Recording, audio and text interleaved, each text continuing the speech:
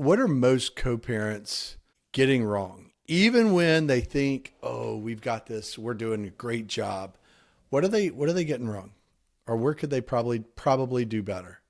Yeah, I think it always has to come down to communication because that really is the biggest part of the co-parenting relationship. At the end of the day, all you're really doing is communicating. You're not necessarily hanging out, but you're going to have to text, right? You're going to have to email or sometimes pick up the phone, and whichever one it is, and there's no right or wrong. Just because you can only email and you can't text or pick up a phone doesn't make you a bad co-parent.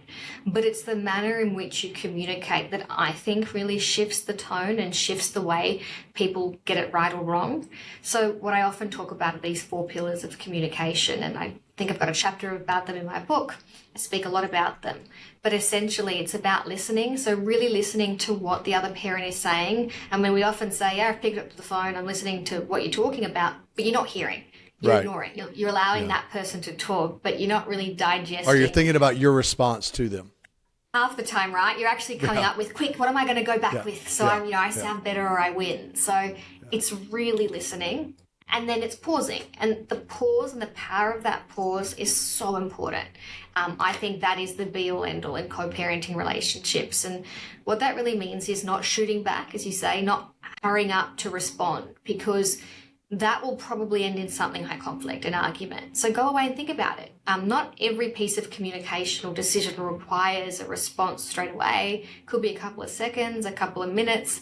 Honestly, sometimes a couple of days if it's something really big, right? So that's So okay. If it goes a couple of days before you respond, as long as it's not if anything it's not an super emergency or important. urgent, Yeah. yeah, it's probably better, right? Because you're doing the homework, you're going away, you're thinking about it, you're then reflecting, which is my next pillar, and you're going through, okay, what's the best outcome here? Not for me, because it's not about me as the parent, it's realistically about my child. So we all make the mistake of saying, if it's about a Christmas or a holiday, and I make the same mistake, I shoot at, that would upset me. Well, that's not what I want. It doesn't suit me.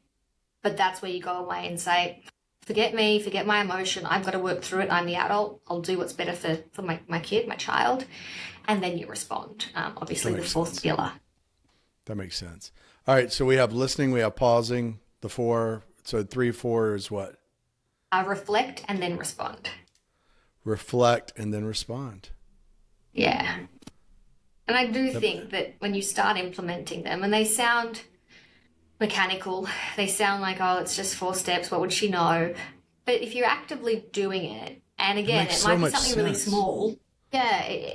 Even if it's the smallest decision, you tend to get a better result because you're actually thinking about the future and the best possible outcome. And you won't always get it right. There's no perfect co-parent and there's definitely no perfect parent. But when you start implementing these things, I think you're on the right trajectory to being a better co-parent.